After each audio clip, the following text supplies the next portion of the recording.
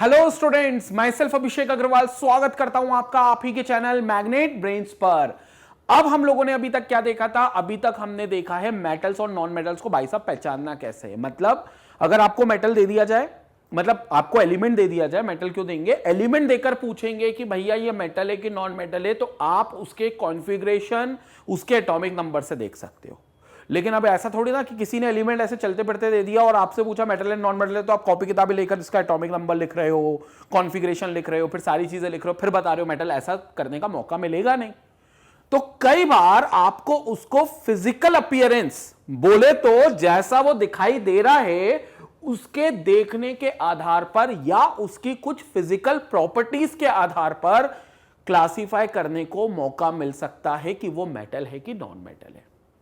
ठीक है, क्योंकि जो मैंने आपको बेसिक्स में बताया है वो तो केमिस्ट्री बताती है कि एक इलेक्ट्रॉन अगर वो लूज कर दे तो इलेक्ट्रोपॉजिटिव बनेगा तो मेटल होगा, एक इलेक्ट्रॉन गेन कर ले तो इलेक्ट्रोनेगेटिव बनेगा, नॉन मेटल बनेगा।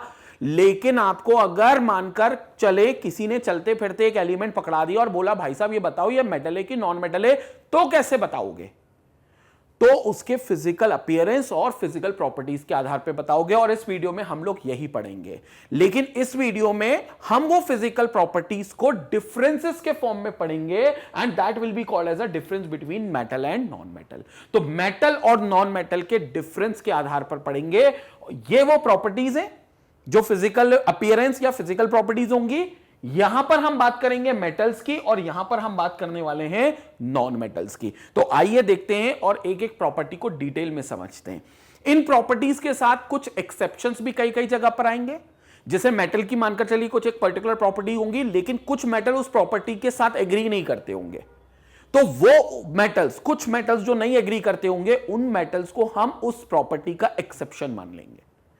सेम चीज नॉन मेटल पे भी लागू होगी। कुछ नॉन मेटल की अपनी फिजिकल प्रॉपर्टीज होंगी, लेकिन कुछ नॉन मेटल्स उस प्रॉपर्टी पर नहीं, उस प्रॉपर्टी के हिसाब से नहीं चलते होंगे, तो वो नॉन मेटल्स उस प्रॉपर्टी के लिए एक्सेप्शन बन जाएंगे। तो हम लोग एक्सेप्शन के साथ प्रॉपर्टीज देखते हैं। आइए समझते हैं पहली प्रॉपर्टी जिसमें हम लोगों को डिस्कस करनी है फिजिकल स्टेट। तो सबसे पहली प्रॉपर्टी जो हम डिस्कस करेंगे वो करेंगे क्या? Physical state. फिजिकल स्टेट मतलब रूम टेम्परेचर पर मेटल कौन सी स्टेट में पाया जा सकता है और नॉन मेटल कौन सी स्टेट में पाया जा सकता है। स्टेट मतलब सॉलिड, लिक्विड या गैस। तो मेटल्स जनरली सॉलिड स्टेट में होते हैं। मेटल्स जनरली एग्जिस्ट किस स्टेट में करते हैं? सॉलिड स्टेट में करते हैं। लेकिन कुछ एक्सेप्शंस हैं, जैसे मर्क्यूरी जो रूम टेम्परेचर पे लिक्विड रूप में अपीयर करता है। आपने देखा होगा मर्क्यूरी थर्मोमीटर्स जो आपका फीवर नापने के लिए या कोई और डिवाइस में जहां टेम्परेचर नापना है, वहां पर जो रेड कलर का लिक्विड होता है वो मर्क्यूरी होता है। क्लियर है? वो मर्क्यूरी रूम टेम्परेचर पे लिक्विड रहता है और मर्क्यूरी एक मेटल है जो इसका एक्सेप्शन है।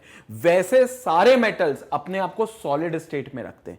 तो सारे मेटल्स अपने आप को सॉलिड स्टेट में रखते हैं सिवाय मर्क्यूरी के। कुछ और मेटल्स है जो किसी और टेम्परेचर पे लिक्विड हो जाते हैं, जैसे गैलियम 30 डिग्री पर लिक्विड हो जाता है। अब 30 degree is not a room temperature, क्योंकि हम अपने देश में, भारत देश में जो रूम टेम्परेचर नॉर्मल मानते हैं वो 24 डिग्री सेल्सियस का होता है। लेकिन जैसे ही रूम टेम्परेचर थोड़ा सा बढ़ गया, 30 डिग्री हो गया, तो अगर गैलियम है जो एक मेटल है, वैसे 30 के नीचे वो सॉलिड रहेगा, लेकिन 30 पर आते ही वो भी लिक्विड में कन्वर्ट होगा। सीशियम 28.5 डिग्री पे कन्वर्ट होगा और फ्रेंशियम 27 डिग्री पर कन्वर्ट होगा। ये सब लिक्विड स्टेट में आएंगे जैसे वो इस टेम्परेचर या इससे ज्यादा टेम्परेचर पे पहुंच गए। तो मर्क्यूरी आपका 24-25 डिग्री पर भी लिक्विड रहेगा। तो ये मर्क्यूरी आपका लिक्विड है। बाकी सारे मेटल्स आप सॉलिड स्टेट में देखोगे। मेटल सॉलिड स्टेट में जनरली क्यों होते हैं? क्योंकि मेटल्स के अंदर मेटालिक बॉन्डिंग पाई जाती है। एक मेटल की दूसरे मेटल से एक मेटालिक बॉन्डिंग, एक अच्छा फोर्स ऑफ अट्रैक्शन होता है। और जब अच्छा फोर्स ऑफ अट्रैक्शन होता है तो सारे मेटल्स के एटम्स एक दूसरे के बड़े पास पास होते हैं, क्लोजली पैक्ड। और 8th क्लास में आपने बचपन से पढ़ा होगा कि जिन सब्सटेंसेस में उनके कॉन्स्टिट्यूएंट पार्टिकल्स मतलब जिनसे वो बने हैं, अगर वो क्लोजली पैक्ड होंगे तो वो स्टेट सॉलिड होगी, थोड़े से लूजली होंगे तो लिक्विड होगी, और बहुत लूजली होंगे तो गैस हो जाएगी। तो यहां पर मेटल सॉलिड होते हैं, ये एक्सेप्शन है। नॉन मेटल्स की बात करते हैं। नॉन मेटल्स आपका जनरली तीनों स्टेट में होता है, लेकिन सॉलिड स्टेट में भी होता है, थोड़ा लिक्विड में भी होता है, लेकिन सबसे ज्यादा पाया जाता है गैसियस स्टेट में। तो ये आपका गैसियस स्टेट में भी पाया जाता है, ठीक है। सिर्फ एक आपके पास यहां पर नॉन मेटल है ब्रोमीन, जो आपका लिक्विड स्टेट में होता है, जो कि एक्सेप्शन भी मान सकते हो, क्योंकि ब्रोमीन वाटर जो होता है वो आपका Br2 के फॉर्म में लिक्विड स्टेट में होता है। नॉन मेटल्स आपके अधिकांश गैसियस स्टेट में होते हैं, कुछ ऐसे भी हैं जो सॉलिड स्टेट में होते हैं। जैसे कार्बन की बात कर लो तो कार्बन आपको ग्रेफाइट, डायमंड, कोक, इन सब रूपों में मिलता है, ये सब सॉलिड स्टेट होते हैं। और ऑक्सीजन हो गई, नाइट्रोजन हो गया, बहुत सारी गैसेस, फ्लोरीन हो गई, क्लोरीन हो गई, ब्रोमीन, आयोडीन, ये सब आपके गैसेस के रूप में पाए जाते हैं, इसलिए ये नॉन मेटल ज्यादातर गैसेस के रूप में होते हैं। ब्रोमीन जो होगा वो सिंपल ब्रोमीन वाटर के रूप में होगा, जो कि लिक्विड के फॉर्म में होगा। तो इस तरीके से ब्रोमीन वाटर हमारा लिक्विड होगा। फ्लोरीन, क्लोरीन आपकी गैसेस है, ऑक्सीजन गैसेस है, नाइट्रोजन गैसेस है। कार्बन के एलोट्रॉप्स ग्रेफाइट, डायमंड, क्योंकि कार्बन एक नॉन मेटल है, हाइड्रोजन भी एक नॉन मेटल है, वो भी गैस के रूप में पाया जाता है। तो ये आपके ज्यादातर गैस है, कुछ सॉलिड्स हैं और ब्रोमीन आपका लिक्विड है। तो ये हो गई फिजिकल स्टेट किसकी, मेटल एंड नॉन मेटल की। अगली प्रॉपर्टी की बात करते हैं। अगला प्रॉपर्टी है लस्टर। लस्टर मतलब चमक। इनके शाइनी सरफेस के बारे में बात की जा रही है, जो मेटल के पास होते हैं। मतलब मेटल का जो सरफेस होता है वो बड़ा शाइनिंग होता है, शाइनी सरफेस होता है, चमकदार सरफेस होता है। क्लियर हो गया? जैसे आपने सोना चांदी देखा होगा कितने चमकते हैं, इसलिए तो ज्वेलरीज और ऑर्नामेंट्स में इस्तेमाल किए जाते हैं बनाने में। तो ये जो होते हैं ये बड़े चमकदार शाइनी सरफेस होता है। तो इन मेटल्स का शाइनी सरफेस होता है, सिवाय एल्यूमिनियम और मैग्नीशियम के। एल्यूमिनियम और मैग्नीशियम इसमें चमकदार नहीं होते, उतने शाइनी नहीं होते। मैग्नीशियम की रिबन आप देखोगे तो बहुत ज्यादा लस्टर नहीं है, बट फिर भी जनरली मेटल्स के पास लस्टर होता है। गोल्ड के पास येलो लस्टर होता है और कॉपर के पास रेडिश ब्राउन कलर की चमक होती है। तो वो रेडिश ब्राउन चमक आपकी कॉपर की होती है, और गोल्ड की तो आप सब जानते हो क्या चमकदार होता है, येलो कलर का उसकी चमक होती है। नॉन मेटल्स की बात करो तो इनके सरफेस पे लस्टर नहीं होता, इनके सरफेस पर चमक नहीं होती। They are not as lustrous as the metals are. तो वो बिल्कुल भी चमकदार नहीं होते, सिवाय आयोडीन के और ग्रेफाइट के, जिनके सरफेस चमकदार होते हैं। जैसे आपने पेंसिल लीड देखी होगी, पेंसिल की जो लीड आती है नेब, वो शाइनी, वो होती ब्लैक ग्रेइश टाइप की, ग्रे कलर की, लेकिन वो शाइनी होती है। दैट डजंट मीन कि ब्लैक कलर के जो सब्सटेंसेस होते हैं वो शाइनी नहीं हो सकते, शाइनी हो सकते। ब्लैक कलर की भी अपनी शाइन होती है, ग्रे कलर की भी अपनी शाइन होती है। जैसे आप पेंसिल की लीड देखते ही हो, तो आपके आयोडीन और ग्रेफाइट जो होंगे उनके पास चमक होगी, उनके पास लस्टर होगा, वो चमकदार होंगे। तो आयोडीन और ग्रेफाइट आपके लस्टर कंटेन करते हैं। इसके बाद तीसरी प्रॉपर्टी पर आते हैं, और तीसरी प्रॉपर्टी होती है कौन सी, हार्डनेस। हार्डनेस मतलब मेटल को कितना आपने क्लोजली, कितनी एटम्स को क्लोजली पैक कर रखा है। जितने ज्यादा क्लोज पैक्ड होंगे उतना पैकिंग क्लोज मानी जाएगी, और जितनी क्लोज पैकिंग होगी उतनी हार्डनेस उस सब्सटेंस में होगी। तो बच्चों यहां जो मेटल्स होंगे वो बहुत हार्ड होंगे, क्योंकि उनके अंदर अच्छी बॉन्डिंग पाई जाती है मॉलिक्यूल्स के बीच में। तो मेटल्स के हार्ड होने की वजह से, मतलब मेटल्स की क्लोज पैकिंग होने की वजह से इनका स्ट्रक्चर बहुत हार्ड बनता है। तो they are very hard, except sodium and potassium, rubidium और सीशियम, ये लोग बहुत सॉफ्ट मेटल्स की कैटेगरी में आते हैं। और सोडियम और पोटेशियम तो इतने सॉफ्ट होते हैं कि इनको चाकू से भी काटा जा सकता है। मतलब आप इमेजिन कर लो, जैसे केक काटते हो चाकू से, उतनी ही प्रेशर लगाओगे तो बस सोडियम और पोटेशियम भी कट जाएगा। मतलब सोडियम और पोटेशियम आप अंदाजा लगाओ कितने सॉफ्ट होते हैं। अब इनकी बात करें नॉन मेटल्स, तो इनके अधिकांश स्टेट तो फिजिकल स्टेट गैसियस होती है। तो गैसियस तो कभी गैसियस सब्सटेंसेस हार्ड तो हो नहीं सकते, तो generally they are soft in nature, क्योंकि अधिकांश इसमें किस में पाए जाते हैं, गैसियस स्टेट में पाए जाते हैं। तो जनरली ये सॉफ्ट होते हैं। लेकिन एक्सेप्शन इसमें है डायमंड का, जो एलोट्रॉप है किसका, कार्बन का। जैसे ग्रेफाइट एलोट्रॉप है ना कार्बन का, वैसे डायमंड भी एक एलोट्रॉप है कार्बन का। और डायमंड की बात की जाए तो दुनिया का सबसे हार्डेस्ट सब्सटेंस आपका डायमंड है। मतलब डायमंड कटर्स आते हैं, जो कटर्स होते हैं ना, उनकी ब्लेड्स एक्चुअली डायमंड ब्लेड्स होती हैं, डायमंड कटर्स होते हैं। बड़ी बड़ी पत्थर, बड़ी बड़ी चट्टानें जो होती हैं ना, जैसे कहीं रोड बनानी है, कहीं कोई बिल्डिंग बनानी है, तो बड़ा सा पहाड़ को, बड़ी सी चट्टान को काटना है, तो उसको काटने के लिए डायमंड कटर्स इस्तेमाल होते हैं, क्योंकि डायमंड कटर स्टोन को काट देते हैं, इतने हार्ड होते हैं। तो डायमंड दुनिया का सबसे हार्डेस्ट सब्सटेंस है, जो कि एक कार्बन से बना है, जो कि एक नॉन मेटल है। मतलब कार्बन का एलोट्रॉप है, जो कि एक नॉन मेटल है। क्लियर हो गया? तो ये अभी 3 प्रॉपर्टीज थी, आगे की कुछ प्रॉपर्टीज को और समझते हैं और आगे की कुछ प्रॉपर्टीज को मेटल्स एंड नॉन मेटल्स में क्लासिफाई करते हैं और अगली प्रॉपर्टी को हम लोग डिस्कस करते हैं जो किसकी प्रॉपर्टी है? मैलिएबल। मैलिएबल का मतलब क्या है?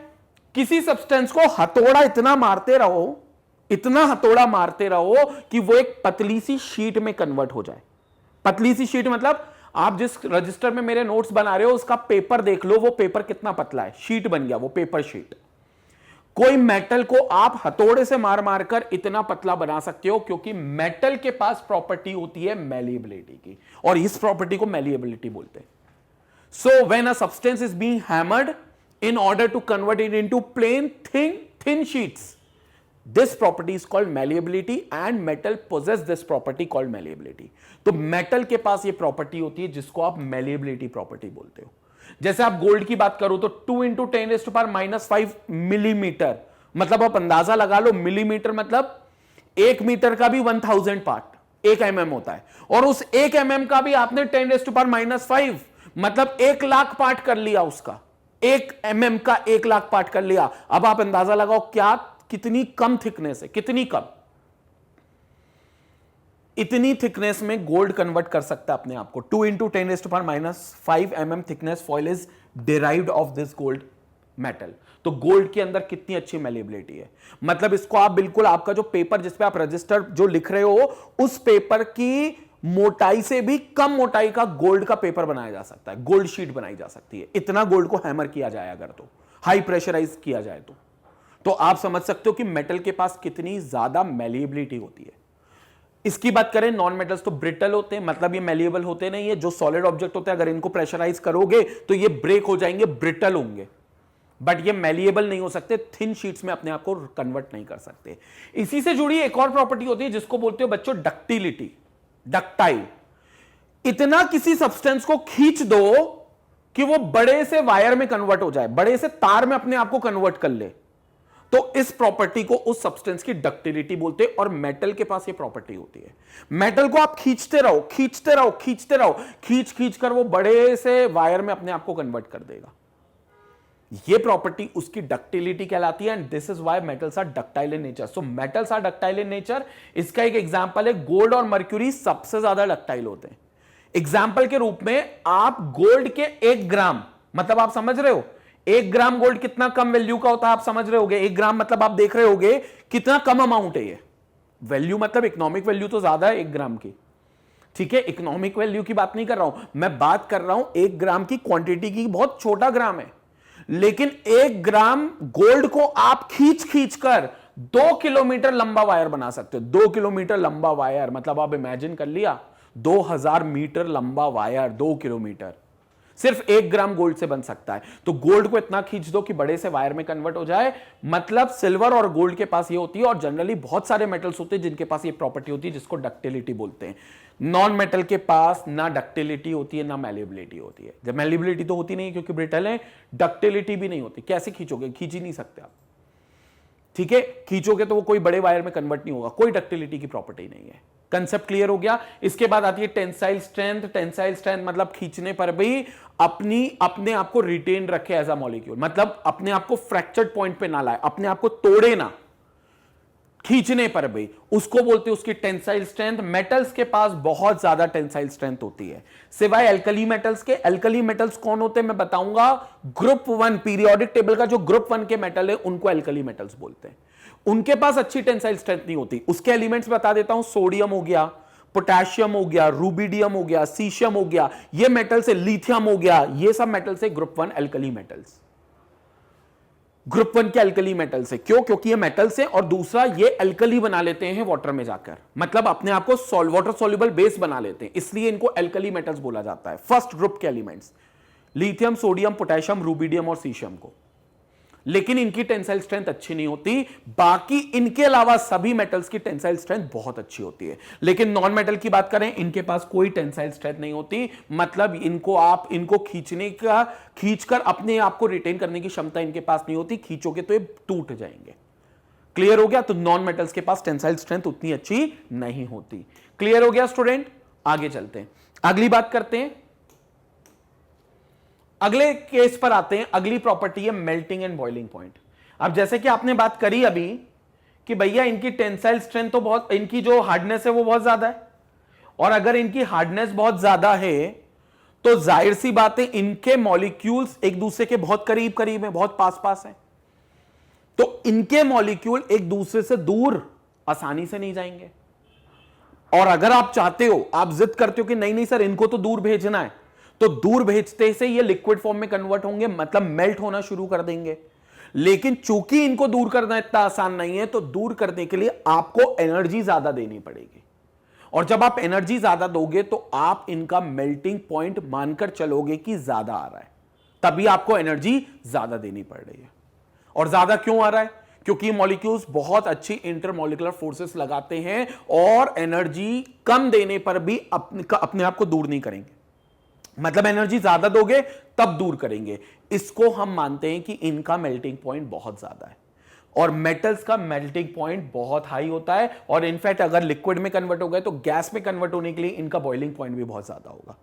जैसे आप देखोगे रीनियम मेटल है, इसका बॉइलिंग पॉइंट आप देखो 5650 डिग्री सेल्सियस, मतलब लगभग 5500 डिग्री सेल्सियस इनका बॉइलिंग पॉइंट है, मतलब इनका बॉइलिंग पॉइंट बहुत ज्यादा होता है। तो इनको आप लिक्विड में कन्वर्ट करोगे अगर, तो ये आसानी से कन्वर्ट नहीं होंगे, इनको बहुत ज्यादा हीट एनर्जी देनी पड़ेगी, क्योंकि इनके अंदर स्ट्रॉन्ग फोर्सेस ऑफ अट्रैक्शन है।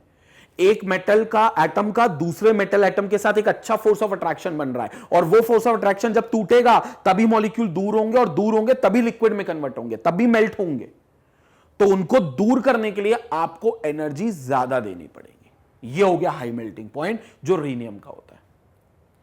एल्कली मेटल्स इसमें एक्सेप्शन है, अगेन लिथियम सोडियम पोटेशियम के इतने मेल्टिंग पॉइंट हाई नहीं होते, क्योंकि वो इतने हार्ड सब्सटेंस है ही नहीं, वो सॉफ्ट सब्सटेंस है। क्लियर हो गया? तो उनके इतने हार्ड नहीं है। जबकि नॉन मेटल की बात करें तो नॉन मेटल का मेल्टिंग और बॉइलिंग पॉइंट लो ही रहेगा। मेल्टिंग पॉइंट हम सॉलिड नॉन मेटल्स की बात करेंगे, सॉलिड नॉन मेटल्स में हम लोगों ने कई एग्जांपल ऑलरेडी देखे हैं, और बॉइलिंग पॉइंट में हम लिक्विड नॉन मेटल यानी कि ब्रोमीन वाटर की बात करेंगे, ब्रोमीन की बात करेंगे। बाकी सारे तो ऑलरेडी गैशियस फॉर्म में, ऑक्सीजन, नाइट्रोजन, फ्लोरीन, क्लोरीन, ये तो ऑलरेडी गैशियस फॉर्म में। लेकिन अगेन जो भी नॉन मेटल आपके पास होगा उनका मेल्टिंग पॉइंट और बॉइलिंग पॉइंट कम होगा, सिवाय डायमंड के और कुछ हद तक ग्रेफाइट के। मेन तो इसमें डायमंड ही है, क्योंकि मैंने आपको बताया था डायमंड दुनिया का सबसे हार्डेस्ट सब्सटेंस है, सबसे कड़क और सबसे हार्ड जो सब्सटेंस हो सकता है दुनिया में हर श्रेणी में, वो डायमंड है। तो उसको पिघलाना बहुत मुश्किल है, और उसको पिघलाने के लिए आपको 3930 डिग्री सेल्सियस की हीट चाहिए। जबकि है नॉन मेटल तो इसकी हीट कम होनी चाहिए, लेकिन फिर भी देखो लगभग 4000 डिग्री सेल्सियस के आसपास हीट मांगता है अपने आप को पिघलाने के लिए। तो ये डायमंड की कैटेगरी हो गई। क्लियर हो गया? कार्बन है, नॉन मेटल है, इसलिए उतना नहीं जा रहा, 5500 से ऊपर जैसे इसमें गया, लेकिन फिर भी ये 4000 की वैल्यू बहुत ज्यादा है नॉन मेटल के लिहाज से, और ये डायमंड के पास होती है। कंसेप्ट क्लियर हो गया? तो ये आपके मेल्टिंग एंड बॉइलिंग पॉइंट्स को लेकर है। अब आगे बच्चों बात करते हैं डेंसिटी की। डेंसिटी मतलब मास ऑक्यूपाइड पर यूनिट वॉल्यूम। एक यूनिट वॉल्यूम में किसी सब्सटेंस का कितना मास होता है उसको हम डेंसिटी बोलते हैं। जनरली फॉर्मूला डेंसिटी का mass by volume, that is total mass occupied per unit volume. तो अगर मैं एक यूनिट वॉल्यूम कहीं मान लूं तो उस यूनिट वॉल्यूम में किसी सब्सटेंस का कितना मास होगा। अगर मास ज्यादा आ रहा है यूनिट वॉल्यूम में तो डेंसिटी ज्यादा है, अगर मास कम है यूनिट वॉल्यूम में तो डेंसिटी कम है। ये डेंसिटी होती है मेटल्स में, क्योंकि क्लोज पैकिंग होती है। क्लोज पैकिंग मतलब मेटल्स के एटम्स एक दूसरे से बहुत क्लोजली पैक्ड होते हैं, तो कम जगह में भी ज्यादा एटम्स आते हैं। और कम जगह मतलब यूनिट वॉल्यूम में, क्योंकि ज्यादा एटम्स आ रहे हैं तो यूनिट वॉल्यूम में ज्यादा एटम्स आने की वजह से मास ज्यादा हो जाता है। तो यूनिट वॉल्यूम में ज्यादा एटम्स आ गए तो एकदम से यूनिट वॉल्यूम में मास बढ़ गया, मतलब डेंसिटी बढ़ गई, और डेंसिटी बढ़ गई मतलब मेटल्स की डेंसिटी हाई हो जाती है, क्योंकि क्लोजली पैक्ड है ना मेटल्स। क्योंकि मेटल्स की सॉलिड स्टेट फिजिकल स्टेट में आती है जनरली, और सॉलिड स्टेट में सब आसपास मॉलिक्यूल्स होते हैं। तो यूनिट वॉल्यूम में ज्यादा एटम्स होंगे, ज्यादा एटम्स होंगे तो ज्यादा मास होगा, यूनिट वॉल्यूम में ज्यादा मास होगा तो डेंसिटी ज्यादा हो जाएगी। तो दे हैव हाई डेंसिटी, सिवाय अगेन एल्कली मेटल्स के। Alkali metals they float on the water, मतलब इनकी डेंसिटी पानी से भी कम होती है। तो एल्कली मेटल्स की डेंसिटी पानी से भी कम होती है, इसलिए ये पानी के ऊपर तैरते हैं, फ्लोट करते हैं, क्योंकि जिन सब्सटेंस की डेंसिटी पानी से कम होती है वो फ्लोट करते हैं, जिनकी पानी से ज्यादा होती है वो डूब जाते हैं पानी में। तो एल्कली मेटल्स की कम होती है इसलिए फ्लोट करते हैं, बाकी सबकी डेंसिटी बहुत ज्यादा होती है। इसकी बात करें नॉन मेटल्स की, तो इनके पास तो लो डेंसिटी होनी ही चाहिए। तो इनके क्यों? क्योंकि जनरली ये गैसियस स्टेट में पाए जाते हैं, सबसे ज्यादा नॉन मेटल्स आपके पास गैसियस स्टेट में ही है, और गैसियस स्टेट में है तो मॉलिक्यूल्स बहुत दूर दूर हैं, क्योंकि गैसियस स्टेट में एक जो मॉलिक्यूल्स होते हैं कॉन्स्टिट्यूएंट पार्टिकल्स वो बहुत दूर दूर होते हैं, और जब ये दूर दूर होंगे तो यूनिट वॉल्यूम में कम एटम्स या कम कॉन्स्टिट्यूएंट पार्टिकल्स या कम मॉलिक्यूल्स होंगे, और जब यूनिट वॉल्यूम में कम मॉलिक्यूल्स होंगे तो मास भी कम होगा, और यूनिट वॉल्यूम में अगर मास कम होगा तो डेंसिटी कम होगी। मास कम होगा यूनिट वॉल्यूम में तो डेंसिटी कम होगी, तो ये आपका लो डेंसिटी ऑफर्ड होता है, यूनिट वॉल्यूम में मास इसमें कम आता है। कंसेप्ट क्लियर हो गया। तीसरी प्रॉपर्टी इसमें, नाइन्थ प्रॉपर्टी सॉरी, जिसको हम बोलते हैं सॉल्युबिलिटी, मतलब घुलने की क्षमता, किसी भी दूसरे पदार्थ में घुलने की क्षमता। मेटल्स जनरली किसी भी पदार्थ में घुल सकते हैं, डिसॉल्व हो सकते हैं, they are soluble in any solvent. Non metals are soluble but in particular solvents, तो नॉन मेटल्स के लिए एक पर्टिकुलर सॉल्वेंट होना चाहिए, और सॉल्वेंट मतलब ये नहीं है सॉल्युबिलिटी घुलना, उनके साथ वो रिएक्ट भी कर सकते हैं, तो वो रिएक्ट भी अपने आप को कर सकते हैं, ये मेटल्स के पास होता है, लेकिन नॉन मेटल्स के पास एक पर्टिकुलर सॉल्वेंट होता है जिसमें वो सॉल्युबल हो सकते हैं। क्लियर हो गया? तो ये बहुत सारी इंपॉर्टेंट चीजें हैं, लेकिन मेटल्स हर कोई सॉल्युबल हो जाए, जैसे गोल्ड और सिल्वर या प्लैटिनम, ये रिएक्टिविटी इतनी कम रखते हैं कि ये जनरली किसी के अंदर सॉल्युबल नहीं होते। कई बार होता है ये सॉल्युबल नहीं होते, लेकिन कुछ एक सॉल्वेंट ऐसा है जिसको हम एक्वा रीजिया बोलते हैं, जिसमें गोल्ड और प्लैटिनम जैसे मेटल्स भी सॉल्युबल हो जाते हैं। वो एक्वा रीजिया एक अलग टाइप का सॉल्वेंट है।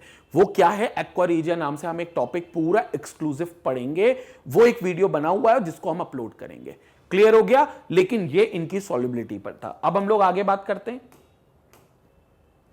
अगली property is alloy formation. Alloy formation मतलब क्या? मेटल किसी और मेटल से या मेटल किसी नॉन मेटल से अगर मिक्स हो जाए तो अलॉय बन जाता है। इससे कई प्रॉपर्टीज में बदलाव आता है, लेकिन इसको हम बोलते हैं अलॉय फॉर्मेशन। तो अलॉय फॉर्मेशन होता है जैसे कि मेटल्स बना लेते हैं, स्टेनलेस स्टील अलॉय है निकल, क्रोमियम और आयरन का। आप देखोगे ये भी मेटल है, क्रोमियम भी मेटल है और आयरन भी मेटल है। निकल, क्रोमियम और आयरन तीनों से आपका एक नया अलॉय बनता है जो स्टेनलेस स्टील होता है। तो यह आपका अलॉय फॉर्मेशन करते हैं। जर्मन सिल्वर को अगर आप देखोगे तो कॉपर, जिंक और निकल से बनता है, यह भी मेटल के कारण है। तो मेटल के साथ मिक्स होता है, इस कारण से अलॉय बन जाता है, और मेटल ये अलॉय फॉर्म करते हैं क्योंकि एक दूसरे के साथ मिक्स होने की क्षमता रखते हैं। तो ये जो क्षमता मेटल के साथ मिक्स होकर अलॉय बनाने की होती है, ये क्षमता नॉन मेटल के पास नहीं होती। मतलब नॉन मेटल के साथ मिक्स होकर अलॉय नहीं बना सकता, होती नहीं है क्षमता। एक्सेप्शन यहां पर भी है लेकिन, कि नॉन मेटल किसी मेटल के साथ मिल सकता है, और वो एक एक्सेप्शन कौन सा है? स्टील का। घर में स्टील के बर्तन यूज होते हैं भैया, प्लेटें, चम्मच, कटोरियां, ये सब यूज होती हैं। आप बाउल्स, प्लेट्स, स्पून सब यूज करते हो, ये सब किसकी होती है? स्टील की होती है। और वो स्टील जो होता है वो कार्बन और आयरन के मिक्सचर से बनता है। मतलब आयरन और कार्बन को आप होमोजीनियस मिक्स करते हो, और होमोजीनियस मिक्स करके स्टील बना लेते हो। तो ये एक्चुअली नॉन मेटल का नॉन मेटल से नहीं हो सकता। एक केस है नॉन मेटल का मेटल से हो सकता है, लेकिन मेटल का मेटल से तो हो ही जाता है। तो मेटल के पास अलॉय बनाने की टेंडेंसी होती है, नॉन मेटल के पास अलॉय बनाने की नॉन मेटल के साथ नहीं होती, कुछ एक्सेप्शन में मेटल के साथ होती है, लेकिन ओवरऑल नॉन मेटल अलॉय नहीं बना सकते खुद के साथ। तो ये था अलॉय फॉर्मेशन। अब बात करते हैं अंतिम प्रॉपर्टी की, जिसको बोलते हैं थर्मल एंड इलेक्ट्रिकल कंडक्टिविटी। मतलब अगर हम हीट करें किसी भी सब्सटेंस को, तो वो हीट उस सब्सटेंस में दूर तक फैले और एक जगह से दूसरी जगह ट्रांसफर हो जाए, इसको बोलेंगे थर्मल कंडक्टिविटी। और अगर ऐसा ही ट्रांसफर इलेक्ट्रिक करंट के साथ हो जाए, मतलब उसमें से इलेक्ट्रिक करंट गुजर जाए और पूरे सब्सटेंस से होते हुए अगले सब्सटेंस तक पहुंचा दे, तो इसको बोलेंगे इलेक्ट्रिकल कंडक्टिविटी। मेटल्स के पास ये दोनों कंडक्टिविटी बखूबी होती है। मतलब metals are good conductor of heat and electricity और बहुत अच्छे से कंडक्ट करते हैं। इसलिए जितने भी हीटिंग डिवाइसेस आते हैं या जितने भी इलेक्ट्रिकल डिवाइसेस आते हैं, इनमें सबसे ज्यादा मेटल्स ही प्रयोग में आते हैं, मेटल्स का यूज करते हैं, क्योंकि इनकी कंडक्टिविटी बेहतर होती है।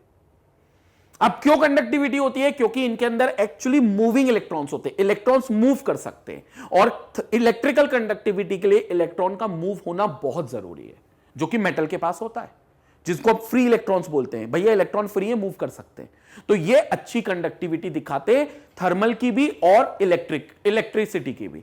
तो ये थर्मल और इलेक्ट्रिकल दोनों अच्छे कंडक्टर्स होते हैं। नॉन मेटल्स के पास दोनों ही कंडक्टिविटी नहीं होती, दोनों ही कंडक्टर बुरे होते हैं। मतलब नॉन मेटल्स ना तो इलेक्ट्रिसिटी को एक जगह से दूसरी जगह पर कंडक्ट करवा सकते हैं, यानी कि अपने अंदर से इलेक्ट्रिसिटी को भी पास नहीं करवा सकते, और अपने अंदर से हीट को भी पास नहीं करवा सकते। कौन? Non metals.